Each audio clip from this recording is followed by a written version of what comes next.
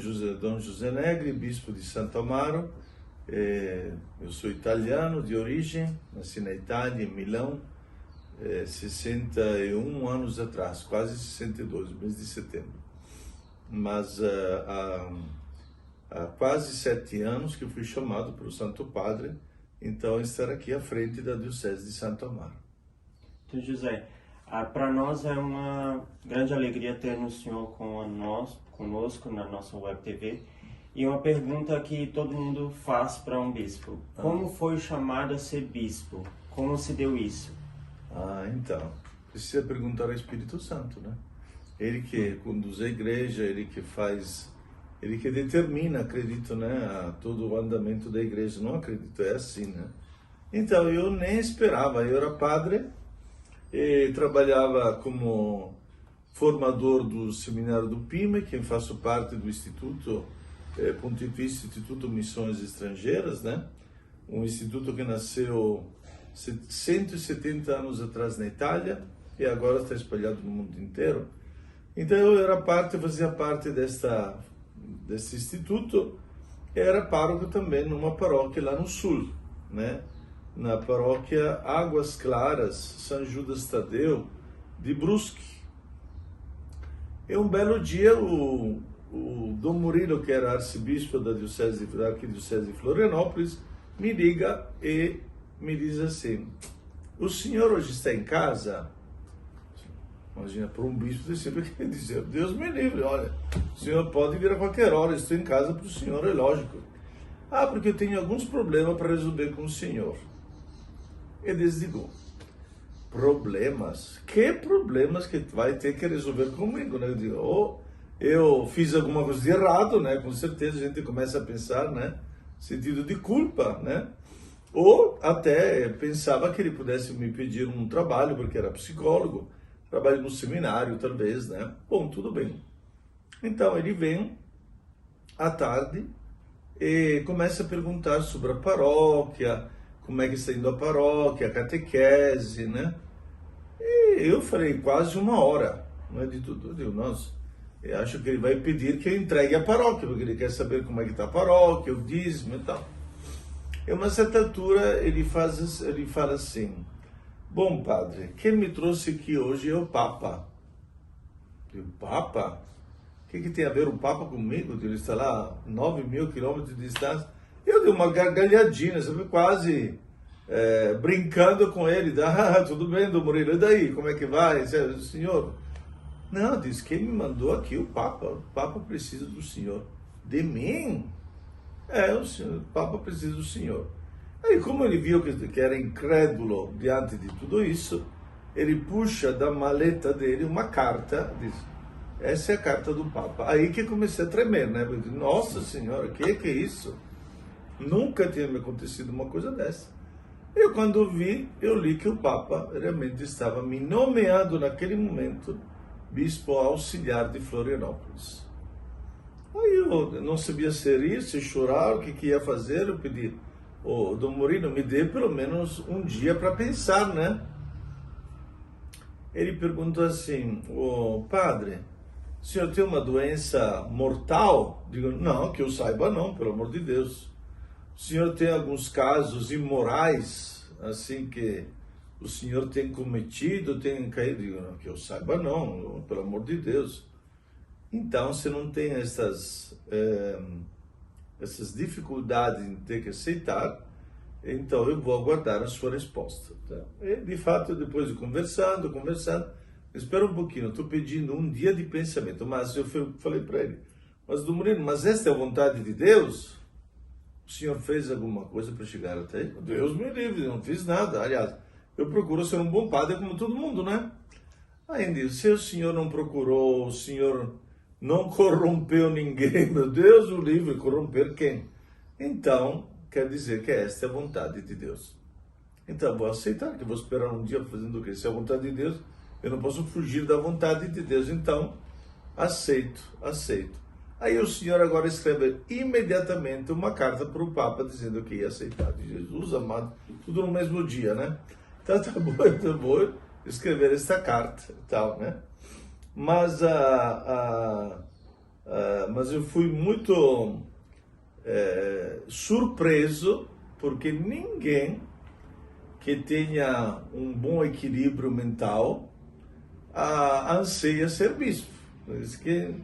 Quem aspira a ser bispo é melhor que seja internado no hospital psiquiátrico hoje, porque para ser bispo não é fácil, né? E assim se deu o meu chamado.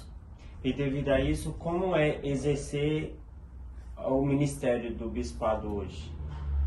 Então, o bispo praticamente ele tem que cuidar, é um coordenador geral, vamos chamar assim, né? O São João Paulo II dizia que o bispo é um pai da diocese, né? Ele cuida de todos os seus filhos, né? Então, é como se o trabalho em pequena escada, como faz um pároco na sua paróquia, seja multiplicado por 112 paróquias, como são as paróquias da nossa diocese. Portanto, o bispo tem, antes de tudo, o comando, digamos assim, né? Vocês são técnicos, né? Então, como se fosse um técnico de um grande time, né? Que joga, e que cada um realize bem o seu trabalho, para que, no fim, todo o nosso trabalho seja um sucesso pela glória de Deus. Então, eu cuido praticamente dos padres, né? Os padres foram confiados ao meu cuidado, sobretudo os padres. Eu cuido bem dos sacerdotes, os sacerdotes cuidam bem das paróquias, e as paróquias vão construindo aos poucos a diocese, né? É lógico que tem um grande, o motor, digamos assim, de toda a diocese é a cúria. Então o bispo é responsável pela cúria. E na cúria tem vários departamentos, né? Departamento pastoral, que cuida de toda a pastoral da diocese, ou a parte financeira, que também, né, nós temos que nos sustentar, né? Portanto, a parte da finança, da contabilidade, depois tem a parte do patrimônio, que cuida também do nosso patrimônio, para que não se entregue às traças, né, o patrimônio que nós recebemos dos nossos antepassados, que são as nossas igrejas, as nossas paróquias, os nossos salões e tudo mais, né? Tudo aquilo que diz a respeito dos terrenos que fazem parte também da diocese. E também, né, na cúria existe a chancelaria. A chancelaria o que é? A chancelaria trabalha em relação a todos os documentos que são realizados, das provisões que o bispo faz e tudo mais.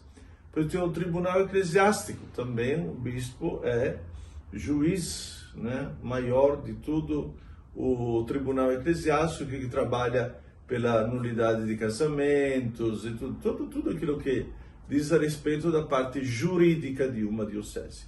Então, parte pastoral, financeiro, jurídico.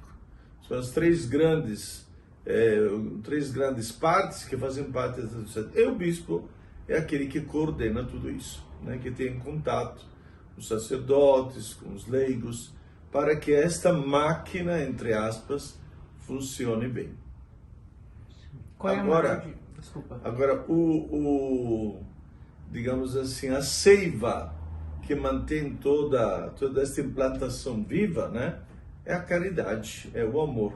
Nós temos que trabalhar em cima disso, para que realmente possamos ter a expressão do amor, né? E tudo trabalha em função disso. Qual é a maior dificuldade de ser bispo? A maior dificuldade hoje é tratar dos problemas humanos. Problemas humanos, né, que existem, infelizmente, na nossa realidade do clero e também das realidades paroquiais, né? Quando surgem algumas vezes alguns problemas que vêm justamente, que aparecem quando a motivação principal não é mais a fé, não é mais a igreja, não é mais a caridade, né? Saindo desse esquema, né, infelizmente, estamos semeando problemáticas, né, que vêm também da igreja, né? A igreja, como sempre se diz, é santa e pecadora, né? Então, tratar estes aspectos humanos que dizem a respeito das nossas fraquezas, nossas fragilidades, para um bispo é muito difícil, porque ele tem que usar da caridade, mas não pode estar longe da verdade e da justiça. Então, pesando estas duas realidades que são importantes, né? A misericórdia não pode ir longe da verdade, a verdade não pode, né, ser desmembrada da misericórdia. Essa parte aqui é mais complicada, porque às vezes o bispo tem que tomar decisões que pesam, né? Que realmente custa, né, a ser tomada, mas infelizmente o bispo também tem esta parte do governo, né, que ele tem que cuidar. E o que o senhor, como bispo, o que diria para um jovem que entrou na vida religiosa agora? Então, eu diria, antes de tudo, máxima transparência.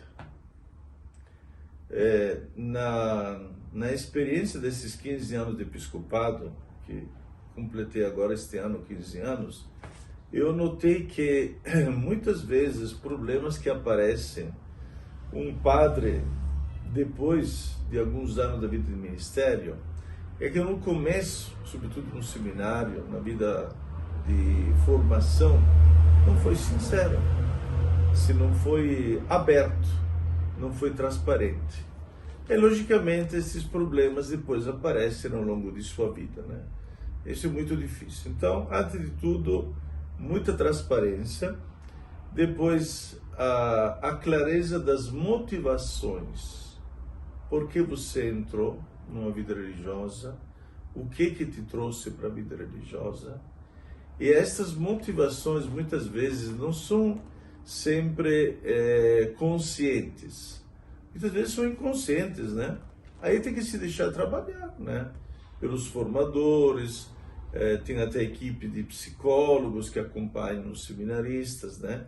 Então, toda esta parte, digamos assim, motivacional é fundamental.